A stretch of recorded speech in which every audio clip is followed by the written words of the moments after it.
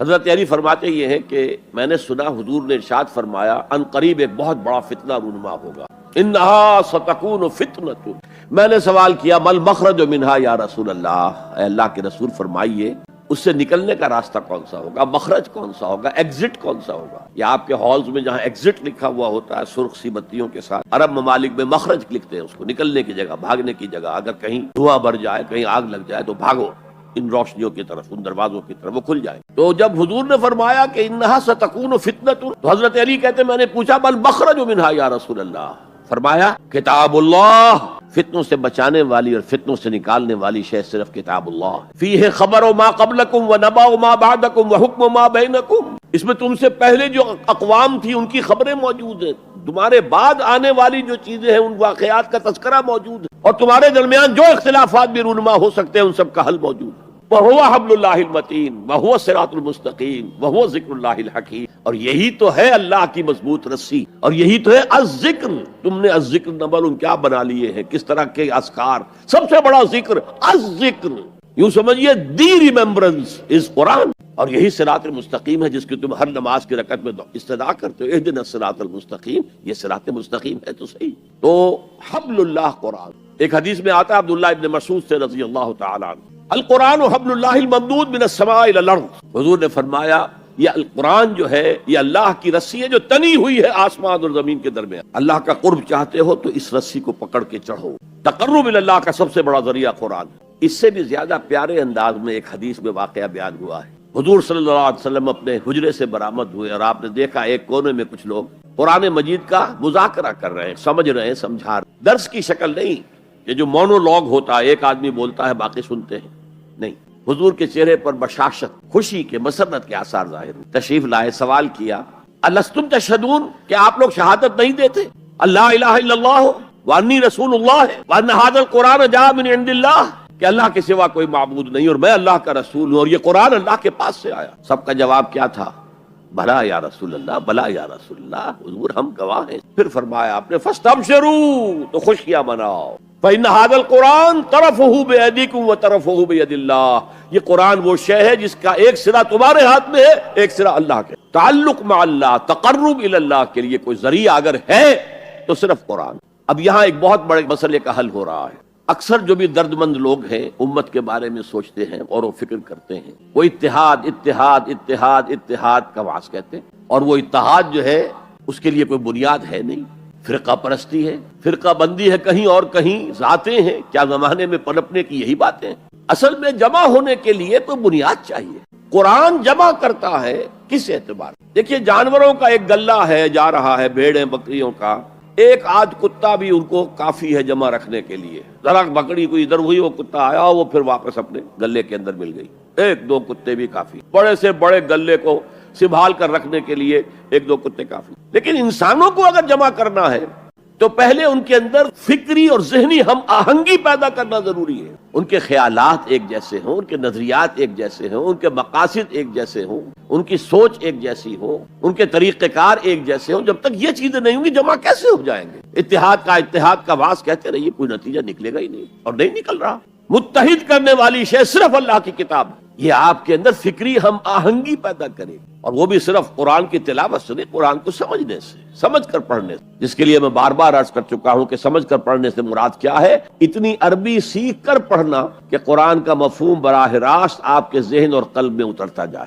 آپ کسی مترجم کے ترجمے کے ذریعے سے قرآن نہ پڑھیں، وہ سیکنڈ ہینڈ نالج ہو جائے گا، وہ تو آپ مترجم کی آنکھ سے قرآن پڑھ رہے ہیں، اپنی آنکھ سے نہیں پڑھ رہے۔ اگر اس طریقے سے قرآن کے ساتھ جڑ جایا جائے تو ذہنی ہم آہنگی ہوگی، فکری ہم آہنگی ہوگی، مقصد ایک ہو جائے گا، اعلاء کلمت اللہ، وہ جو کہا کسی نے کہ میری زندگی کا مقصد تیرے دی کی سرفرازی، میں اسی لیے مسلمان، میں اسی لیے نمازی۔ اگر مقصد ایک ہوگا تو ہم مقصد لوگوں کو کہتے ہیں امت، اما یا اموں کے معنی ارادہ کرنا، وہ لوگ جو بیت الحرام کا قصد کر کے جا رہے ہیں، سفر کر رہے ہیں، آمین البیت الحرام، تو امام جس کا کہ سب لوگ پیروی کر رہے ہیں، راستے کو امام کہتے ہیں اس لیے کہ آپ بھی راستے کے پیچھے پیچھے جا رہے ہیں، فالو کر رہے ہیں، راستے کے ساتھ راستہ مڑ گئے آپ بھی مڑ گئے۔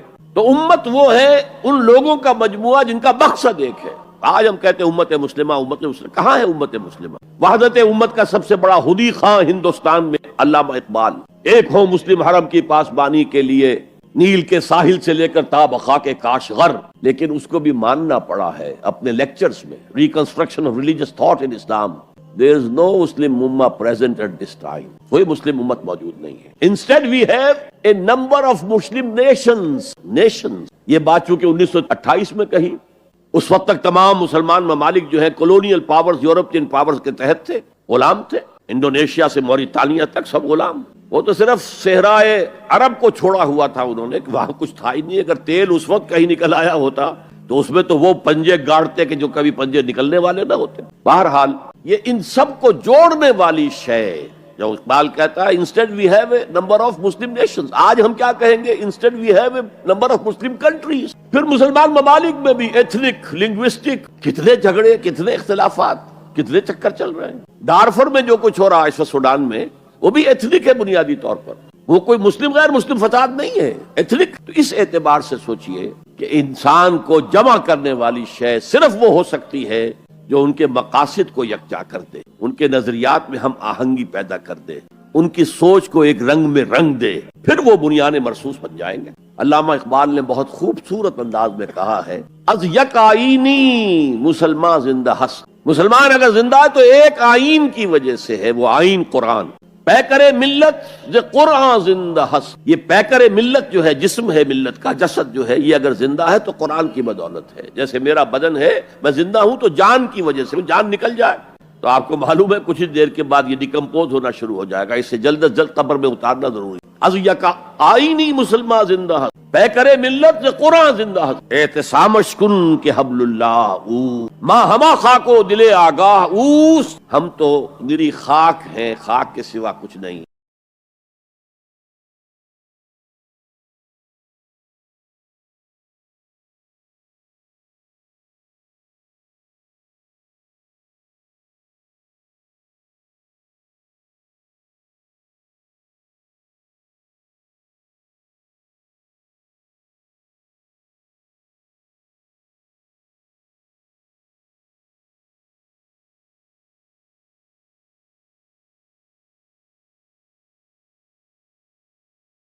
اور اس کے اندر دل جو ہے وہ قرآن ہے.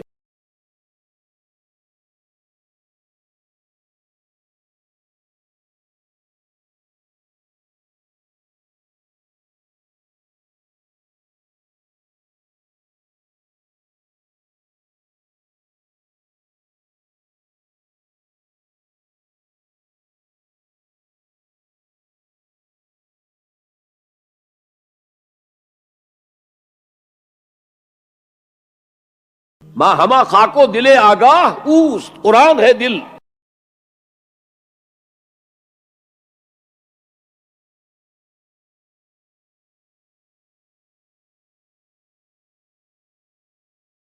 احتسامش کن کہ حبل اللہ اوست. پکڑو اسے مضبوطی کے ساتھ کہ حبل اللہ وہ ہے. یہ احادیث کی ترجمانی ہو گئی کہ نہیں؟ خوبصورت.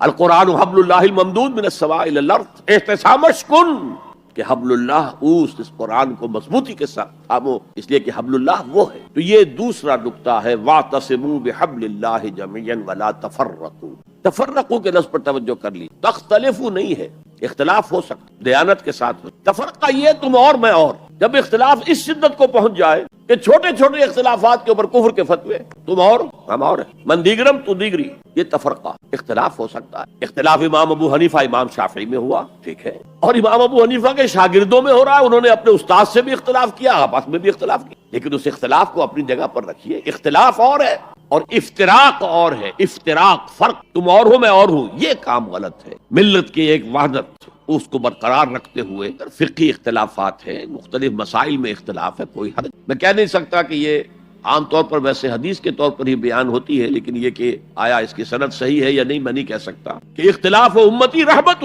میری امت کا اختلاف تو رحمت. ایک وقت میں ایک قول کے اوپر ہم عمل کر رہے تھے، حالات بدلے، معلوم ہوا کہ نہیں، وہ دوسرے صاحب کا قول زیادہ صحیح معلوم. قاضی ابو یوسف کے بجائے امام محمد کا قول زیادہ صحیح لگتا ہے. آج کل کے حالات میں ہمیں اس پر اختیار کر لینا ہے. رحمت ہے، اختلاف و امتی رحمت. لہذا اختلاف جو ہے، لا یزالون مختلفین ولذالک خلقہم، یہ لوگ اختلاف تو کریں گے اور اسی لیے اللہ نے انہیں پیدا کیا ہے. دو بھائیوں کی شکلیں نہیں ملتی ہیں, اختلاف ہے, گوناگونی ہے, مونوٹنی نہیں ہے. مونوٹنی تو انسان کو بور کر دیتی. تنوع گل ہائے رنگا رنگ سے ہے رونق چمن.